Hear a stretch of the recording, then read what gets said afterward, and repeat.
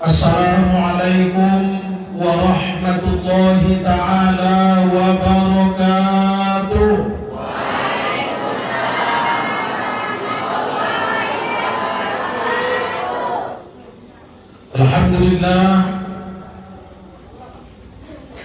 Alhamdulillahilladzi bani'il hadi ila bayani mahya'in wasadi amadda al-baban nuha wa qasama samsal bayani bi sujudil ulama fa'arusalu mu'jizatal qur'ani wadihatan bisati'il qur'ani amma ba'd. Lebih dahulu yang sama-sama kita hormati dan muliakan Mudir Pondok Pesantren Darul Hikmah,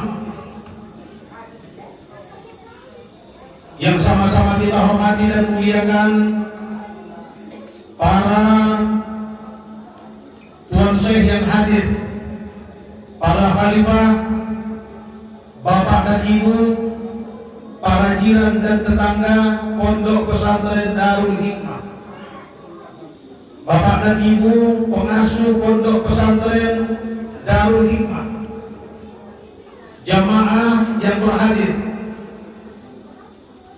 ananda-ananda kami para santri yang kami cintai dan banggakan. Mari kita memuji dan bersyukur kehadirat Allah Subhanahu wa Ta'ala atas limpahan rahmat karunia yang terus-menerus Allah sampaikan kepada kita. Tidak seorang pun di antara kita yang dapat dan mampu untuk menghitung, mengingat, menuliskan berapa banyak nikmat dan karunia itu yang sudah kita terima. Jangankan dari sejak kita lahir, dari sejak bangun tadi pagi saja ke sekarang tak bisa kita ingat dan kita sebutkan, saking banyak. Wajar dan pantas bapak dan ibu kalau kita bersyukur kepada Allah Subhanahu wa Ta'ala, karena dengan syukurlah nikmat dan karunia itu akan kita peroleh tambahannya di hari dan masa yang akan datang. Selanjutnya bapak dan ibu, mari memperbanyak ucapan salawat dan salam kita sampaikan ke halifahan junjungan kita yang mulia, Nabi besar kita Nabi Muhammad sallallahu alaihi wasallam. Mudah-mudahan kelak di hari kemudian, di hari yauma la yanfa'u malun wala banun illa man atallaha biqalbin salim, di suatu hari nanti bapak dan ibu, di hari yang tak lagi berguna harta, di hari yang tidak lagi nanti menolong anak, keluarga, bahkan jiran dan tetangga, di hari yang nanti tidak lagi dapat dibanggakan jabatan, kedudukan dan kekuasaan, di hari yang nanti tidak lagi kita dapatkan naungan tempat berlindung kecuali naungan dan perlindungan dari Allah Subhanahu wa Ta'ala.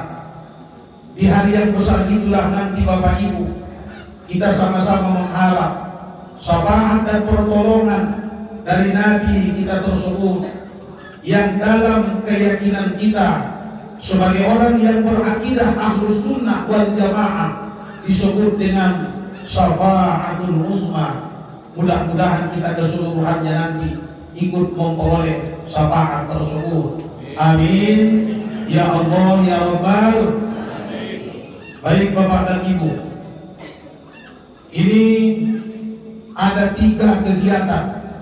Yang pertama, peringatan Maulid Nabi Muhammad sallallahu alaihi wasallam di tahun 1444 Hijriah. Yang kedua, syukuran Hari Santri 22 Oktober 2022. Sebenarnya harinya sudah berlalu bapak ibu, tapi namanya kita memperingati, di dalamnya kita bersyukur kapan saja tidak salah. Yang ketiga, syukuran pembangunan gedung pesantren Darul Hikmah.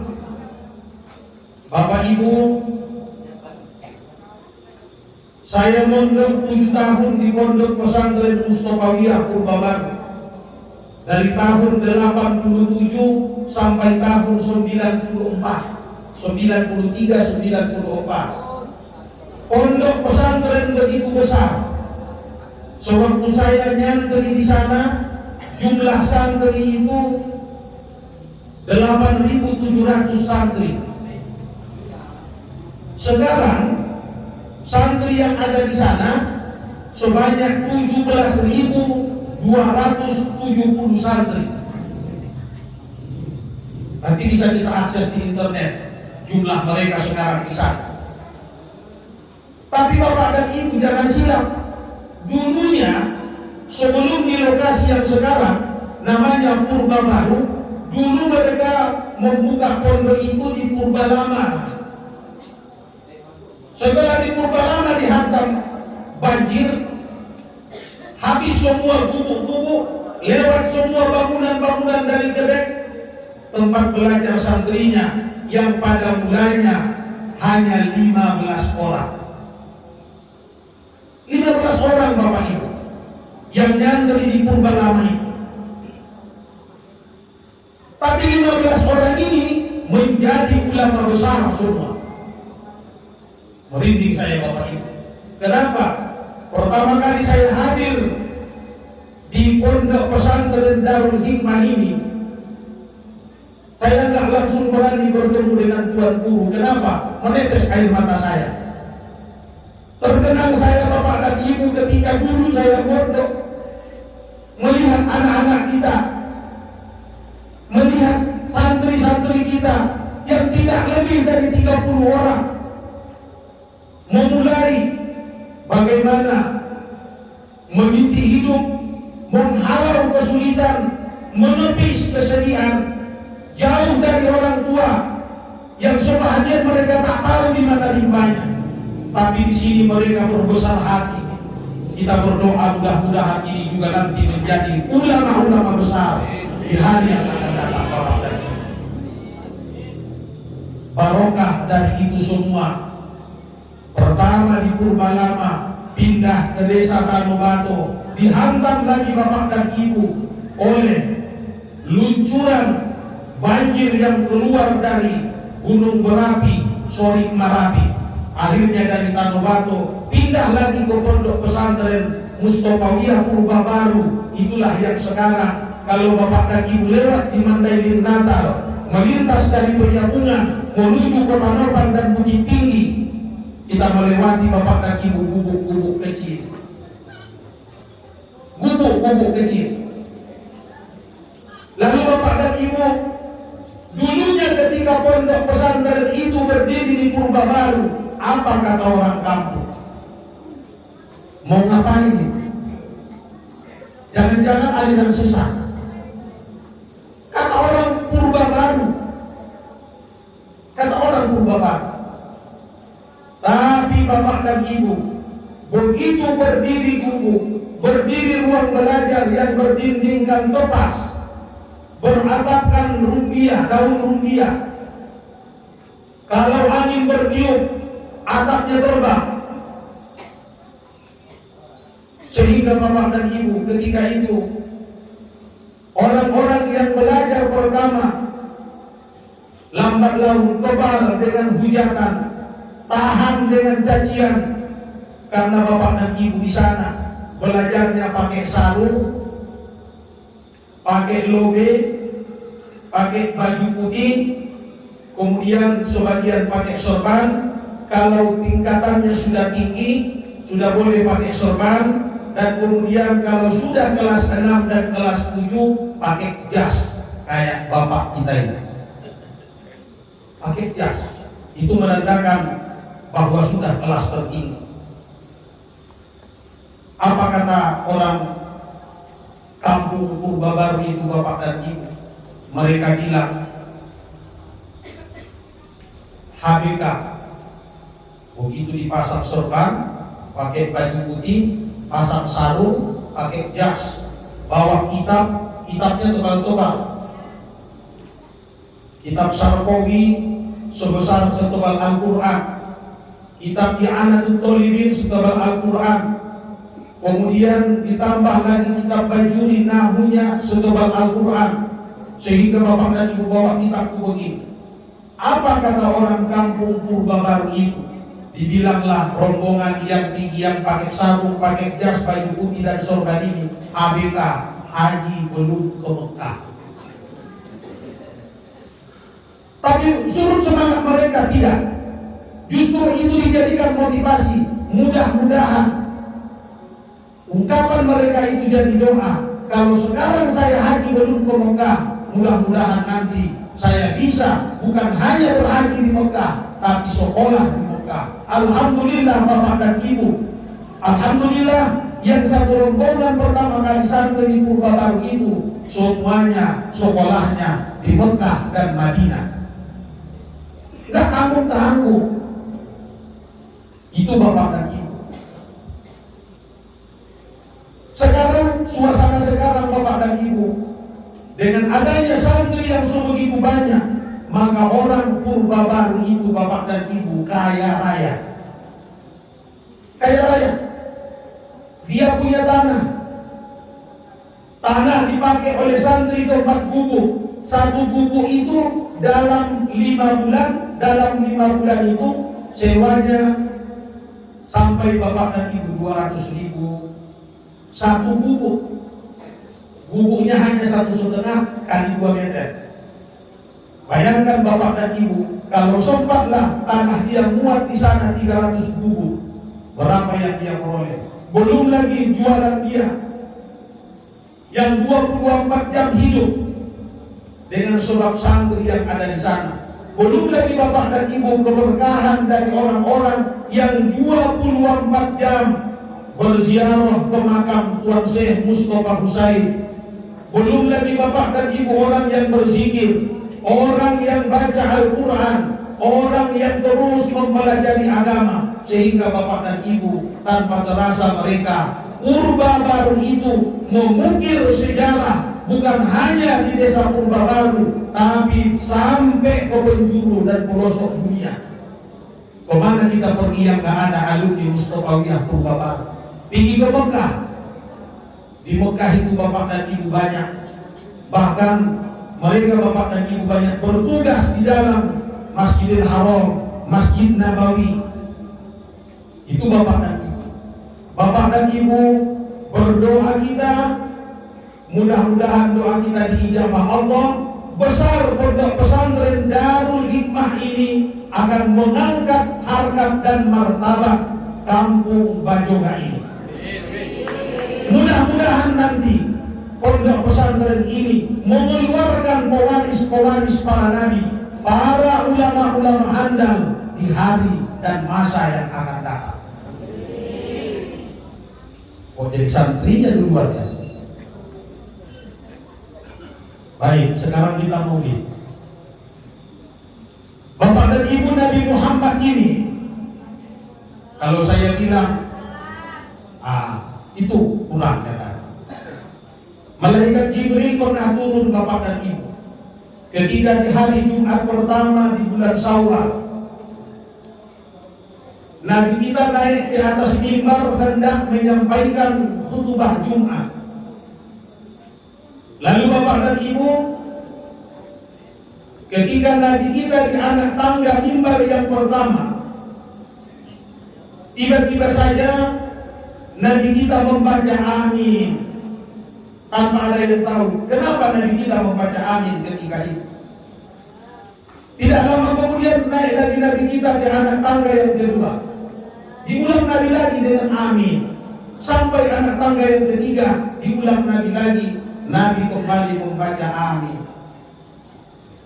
Selesai Bapak dan Ibu Nabi menyampaikan khutbah, dilaksanakan sholat 2 rakaat. Selesai semua rangkaian sholat, maka Bapak dan Ibu sahabat merapat. Apalah kata sahabat kepada Nabi kita, ya Rasulullah, ketika tadi engkau naik di anak tangga mimbar yang pertama, kau baca amin, ada gerangan apa yang terjadi? Apa kata Nabi kita Bapak dan Ibu? Ketika saya tadi berada di anak tangga yang pertama, tiba-tiba saja malaikat Jibril turun. Kata Jibril, "Ya Muhammad, celakalah orang yang enggan mendoakan kedua orang tuanya yang pertama." Lalu kuaminkan, kata Nabi. Celakalah ya Muhammad orang yang enggan mendoakan kedua orang tuanya. Lalu kuaminkan, kata Nabi. Lalu yang kedua, ketika saya berada di anak tangga yang kedua, Jibril bilang lagi, kata Jibril, "Ya Muhammad, celakalah orang yang ketika namamu disebutkan dan dia enggan bersolawat kepadamu." Kata Jibril, lalu aminkan, kata Nabi kita. Yang ketiga, ketika saya berada di anak tangga ketiga, kata Nabi, Jibril bilang lagi, "Ya Muhammad, celakalah umatmu yang ketika mereka hidup di bulan Ramadan, mereka sehat, mereka mampu, tetapi mereka tidak berhasil mengurangi dosa-dosanya." Lalu kuaminkan, kata Nabi. Inilah Bapak dan Ibu, beriringan dengan ini kita peringati Bapak dan Ibu hari ini, kelahiran Nabi kita ini yang tercinta ini.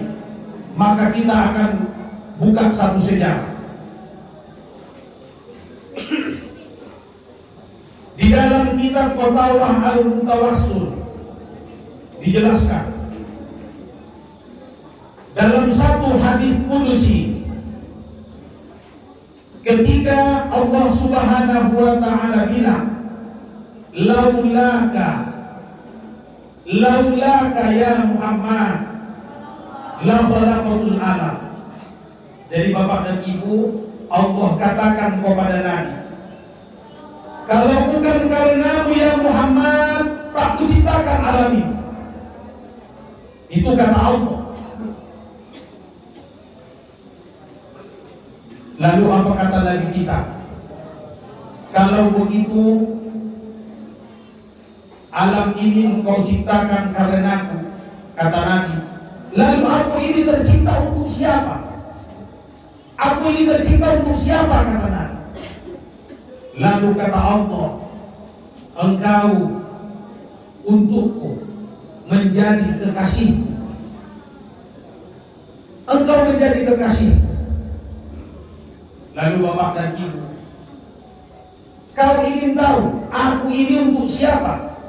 Kata Allah kepada Nabi, kalau tadi sudah kusebutkan kepadamu, kalau bukan karenamu tidak kuciptakan alam ini, dan kuciptakan engkau adalah untuk menjadi kekasihku, kata Allah. Nah sekarang, supaya kau tahu aku ini untuk siapa, kata Allah. Lalu Allah jelaskan, aku adalah untuk umatmu yang mereka itu mengucap sholawat kepadamu. Itu kata Allah. Jadi Bapak dan Ibu, siapa yang bersolawat kepada Nabi kita itu, siapa yang bersolawat, berulang-ulang bersolawat kepada Nabi kita itu, maka mereka itu akan mendapat rahmat dari Allah Subhanahu wa ta'ala. Itu Bapak dan Ibu. Jadi Bapak dan Ibu, di kesempatan peringatan Maulid ini, kita lahirkan kembali di diri dan kehidupan kita 4 sifat yang dimiliki oleh Nabi kita. Yang pertama adalah siddiq. Yang kedua adalah amanah. Yang ketiga adalah fatonah. Dan yang keempat adalah tabligh. Siddiq, amanah, yang ketiga tabligh, dan yang keempat fatonah. Siddiq, benar. Bapak dan Ibu, kalau memang kita cinta kepada Nabi kita itu, Nabi kita itu adalah orang yang siddiq, selalu benar, maka Bapak dan Ibu jadilah orang-orang yang benar. Benar dalam bicara, benar di dalam berpikir, benar di dalam berpenampilan, benar di dalam berbuat dan bertindak. Jangan pernah Bapak dan Ibu ada kebohongan dalam bicara. Jangan pernah ada fitnah. Jangan ada ghibah, jangan ada namimah. Bahkan bapak dan ibu, ketika kita berbuat, jangan di dalam perbuatan ada keangkuhan, kesombongan, jangan ada riya. Bahkan bapak dan ibu sifat-sifat buruk tercela yang lain. Kalau tidak bapak dan ibu, meski yang kita lakukan itu kebaikan, maka kebaikan sekalipun bukan mendatangkan pahala, tapi justru mendatangkan dosa dan azab. Bapak dan ibu dikatakan, kam min amalin yatasawwaru bi surati a'malid dunya sara min a'malil akhirah bi husnin niyyah. Berapa banyak bapak dan ibu kita lihat di kehidupan ini, sepintas amal yang dilakukan seseorang itu adalah amal dunia. Amal dunia. Tetapi dikarenakan bagusnya niat orang yang mengerjakannya, pekerjaan yang bentuknya pekerjaan dunia tadi, sara min a'malil akhirah, jadi amal akhirah dengan sebab bagusnya niat orang. Apa kerjanya? Nyangkol di pinggir jalan. Tapi waktu menyangkol ini, apa niat dia? Kukerjakan ini karena memang ini yang diamanahkan kepadaku. Lalu nanti kalau ku dapat hasil dari menjangkol ini, ku pakai untuk membayar biaya sekolah anakku, ku pakai untuk bersedekah, ku pakai untuk yang lain yang dalam bentuk amal ibadah. Akhirnya bapak dan ibu, dia mulai dengan Bismillahirrahmanirrahim, dan selama melakukan pekerjaan itu, dia tidak lakukan yang dilarang Allah. Pekerjaannya menjangkol, tapi bapak dan ibu bernilai amal akhirat. Kenapa? Bi husnin niyyah, dengan sebab bagusnya niat. Wa kam min amalin yatasawwaru bi surati a'malil akhirah sara min a'malid dunya bi su'in niyyah. Berapa banyak kita lihat amal yang dilakukan seseorang, sepintas kita lihat bapak dan ibu, amal itu amal akhirat. Kenapa? Oh, jubahnya tak tangguh, sorbannya besar, bicaranya agamais, istighfarnya na'udzubillah, goyang tempat. Tapi bapak dan ibu yang dilakukan itu tidak lebih dari amal dunia. Kenapa? Bisu'in niat, buruk niat, buruk niat. Jadi bapak dan ibu kata Nabi, innamal a'malu binniyat, amal tergantung dengan niatnya. Wa innama likulli imri'in ma nawa, dan sesungguhnya kita akan memperoleh dari hasil perbuatan itu sesuai dengan yang kita niatkan bapak dan ibu. Makanya baguskan niat, luruskan niat, supaya bapak dan ibu hasil yang kita peroleh pun nanti mendapat kebaikan, keberkahan dan ridho dari sisi Allah Subhanahu wa ta'ala. Baik, 10 menit lagi kita asar 15.29. Siap ini nanti mengumumkan pemenang lagi, supaya cukup waktunya sebelum asar, maka nanti kita cukupkan cukup jam 3:15. Ini yang terakhir bapak dan ibu. Nabi kita pernah bilang begini, alamatus saqawati arba'atun, tanda celaka itu ada 4 macam. Tanda celaka itu ada 4 macam. Jangankan 4-4-nya ada pada diri seseorang, satu saja pun ada di dirinya alamat celaka. Apa yang 4 itu? Yang pertama kata Nabi,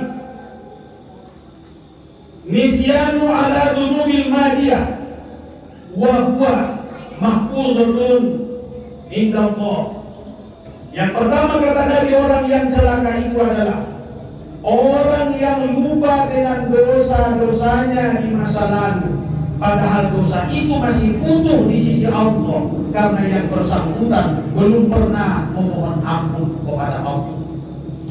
Tapi karena sekarang sudah mulai bagus bicaranya, sudah mulai bagus penampilannya, sudah mulai mau bermasyarakat, datang melayat kalau ada orang meninggal, datang berwiri, duduknya di tengah, kalau bontot dapat kadang 2 bungkus, merasa sudah lebih baik. Padahal yang lalu belum dimohon ampunkan.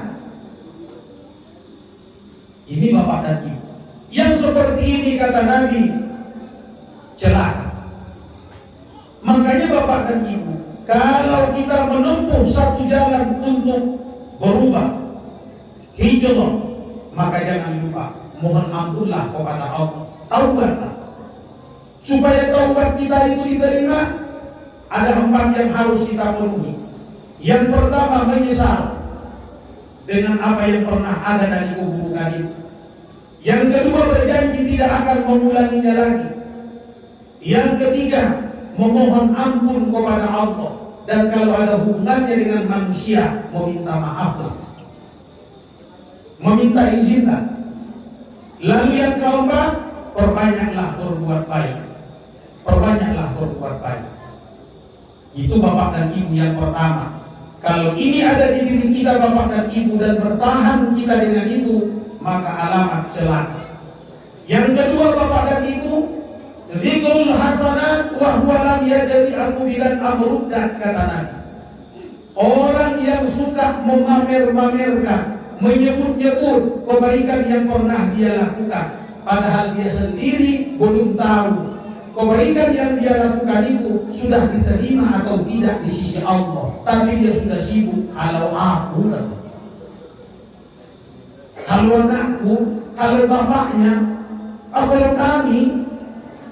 Hati-hati bapak dan ibu. Kalau kita sudah lakukan kebaikan itu, maka jagalah. Jagalah, peliharalah. Janganlah merasa bahwa kita sudah punya banyak kebaikan, tapi semakin banyak kita lakukan kebaikan, jadilah seperti orang yang belum punya kebaikan apa-apa. Yang ketiga bapak dan ibu, kata Nabi, dari alamat tanda celaka itu adalah wa nadharu ila man fawqahu fid dunya, orang yang suka memandang ke arah atas dalam kehidupan dunia, sehingga bapak dan ibu lupa menengok ke bawah. Sehingga hari ini Allah sudah kasih kaki sehat, nggak ada kendaraan, bisa jalan dari Bajoga sampai ke pinggir pasar hitam sana. Kenapa? Kaki sehat. Tapi begitu sanggup berjalan kaki sehat, nampak lewat orang sedang berkendara, lupa dengan anugerah kaki yang sehat. Kenapa? Karena nampak orang naik kereta, pengen naik kereta. Rupanya dengan usaha yang giat, dengan doa yang terus menerus, dengan usaha yang tidak pernah henti, Allah kasih anugerah bisa beli kereta. Begitu sudah punya kereta, rupanya hujan datang. Lewat pula orang naik kendaraan, baru pula bagus, enak pula di dalam, menghayal lagi yang punya kereta, lupa lagi sama keretanya. Kenapa? Karena melihat yang di atas. Sudah punya kereta, lupa dengan keretanya, akhirnya Allah kasih lagi jalan. Punya mobil, sudah punya mobil, banyak jalan berlobang-lobang, susah di dalam, nampak pula orang naik pesawat, pengen pulang nggak punya helikopter, pengen punya pesawat. Bapak dan ibu, itulah dunia, tak ada siapnya, tak ada siapnya, tak ada habisnya. Jadi bapak dan ibu mengejar dunia ini, memiliki dunia ini ibarat meminum air, ibarat meminum air laut. Semakin diminum semakin haus, semakin diminum semakin haus. Jadi bapak dan ibu, kalau hari ini kita punya kaki, walaupun tidak semulus setegak kaki orang, tapi syukuri. Kenapa? Memang kakiku nggak mulus, hitam agak bergerak, tapi kalau diajak lari dari sini ke sana, saya masih sanggup. Tapi kau, memang kita bapak dan ibu nggak setampan orang, nggak seganteng secantik orang. Orang kita lihat hidungnya mancung, mukanya putih bersih, awak sudahlah hidungnya pesek, mukanya hitam pula. Tapi jangan silap bapak dan ibu, memang pesek tapi sehat. Di sana bapak ibu ada orang hidungnya mancung, tapi pantang hujan gerimis kesumpah. Untuk apa hidup mancung, pantang lewat sikit kesumpah? Lebih bagus pesek, mau hujan petir pun lempang aja bernapas. Syukuri bapak dan ibu, jangan pernah iri, jangan pernah merasa yang kita punya bapak dan ibu tidak berarti kecil, hina dan lain sebagainya. Syukuri apa yang Allah berikan kepada kita supaya kita tidak tenggelam di lautan dunia ini. Yang terakhir Bapak dan Ibu, wa nadharu ila man dunahu fil akhirah. Orang yang suka memandang ke arah bawah dalam urusan akhirat. Dia tengok ada di sana orang tak sholat, dibandingkannya pula dan dirinya sama orang yang tak sholat. Apa dia bilang? Syukur lagi pula kayak aku, masih mau sholat. Ketimbang siang itu maghrib pun di warung. Ditengoknya pula tetangga, syukurlah macam aku ini. Kenapa? Aku masih mau sholat, sekali sebulan aku masih jemur mukena. Yang di samping gak pernah aku tengok jemur mukena. Dibandingkan sama yang di bawah, akhirnya apa yang sudah kita lakukan dan kita miliki hari ini merasa sudah lebih dari orang lain. Akhirnya tidak mau lagi meningkat. Urusan dunia Bapak dan Ibu lihat ke bawah. Syukurlah ya Allah, kau kasih aku kaki, walaupun gak sehebat orang, tapi alhamdulillah bisa jalan. Siang ya Allah, umurnya lebih muda dari aku, tapi sekarang penyakitnya ya Allah enjok, gak bisa jalan. Maka nenek sini umat asam urat. Kalau aku ya Allah tak ada pantangan, satu aja pantang dekat, aja. Itu Bapak dan Ibu. Kalau urusan akhirat lihat di atas, apa bedanya kami? Dia kenapa bisa, aku mau enggak? Umurku jauh lebih tua dibanding dia. Dia masih muda sudah sehebat itu. Sudah begitu zikirnya, sudah begitu baca Qur'annya, sudah begitu sedekahnya, infaknya, wakafnya. Lalu aku kenapa nggak bisa? Gaji lebih besar dari dia. Lihat yang di atas kita untuk urusan akhirat, tapi untuk urusan dunia supaya muncul sikap dan rasa bersyukur, lihat yang di bawah kita. Itu Bapak dan Ibu, mudah-mudahan kita kesemuanya mendapatkan berkah dari apa yang kita laksanakan pada hari ini, baik dalam rangka peringatan Maulid Nabi besar Muhammad Shallallahu Alaihi Wasallam, begitu juga dengan peringatan syukuran peringatan Hari Santri. Bapak dan Ibu, orang-orang tua kami, para jiran tetangga kami dari Pondok Pesantren Darul Hikmah ini, kami mohon Bapak dan Ibu, doakanlah kami. Doakanlah kami. Bapak dan Ibu, saya di pondok ini malam Senin maghrib ke Isya mengajarkan satu kitab buat anak-anak kita. Namanya kitab Wasoyal Abai lil Abana. Nasihat dari seorang ayah buat anaknya yang pergi dan berangkat belajar.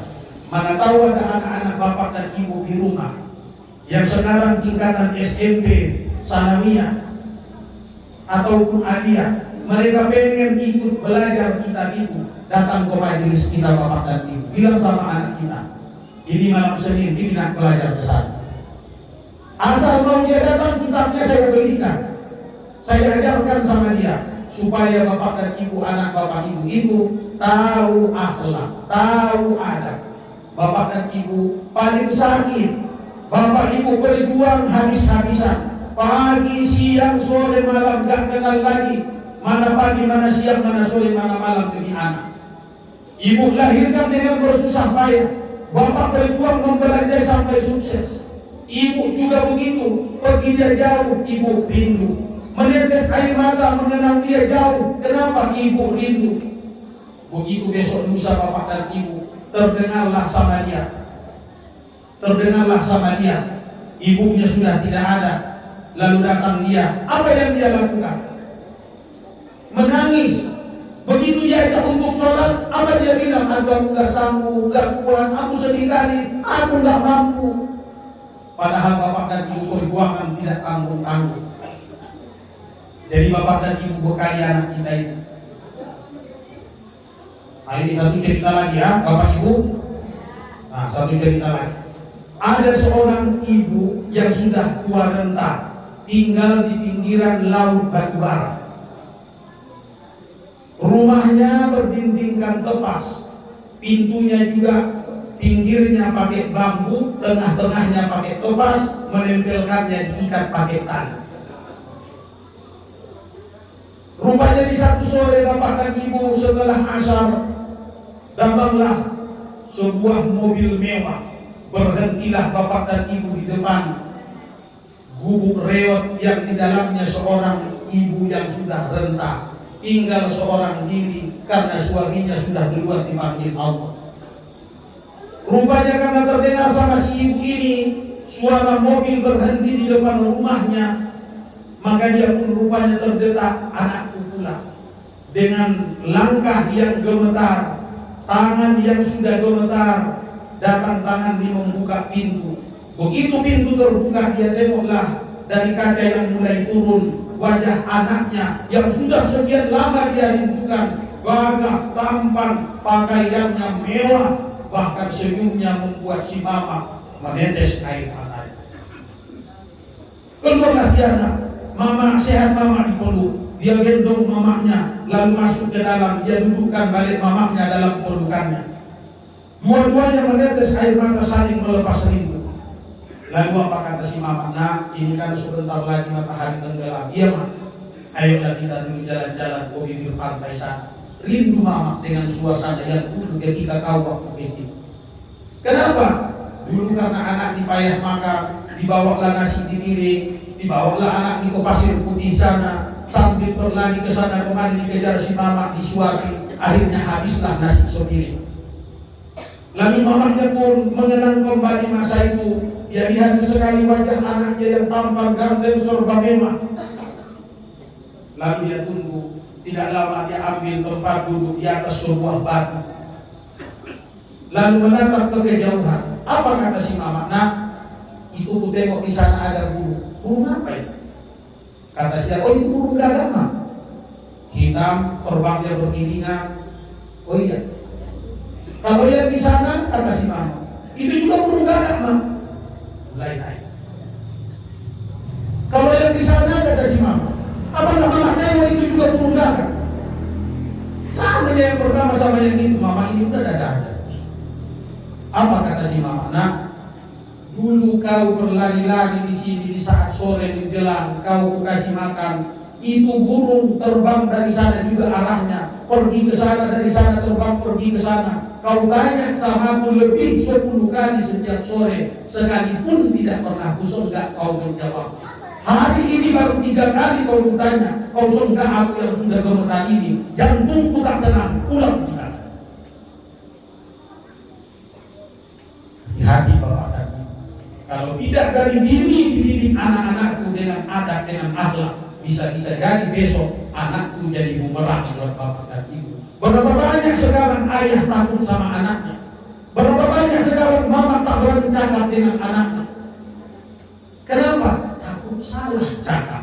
Nanti kalau salah disenggak, jantungnya tak tenang. Bahkan berapa banyak orang tua menderita stroke gara-gara memikirkan anak, tapi anak tak tahu dipikir.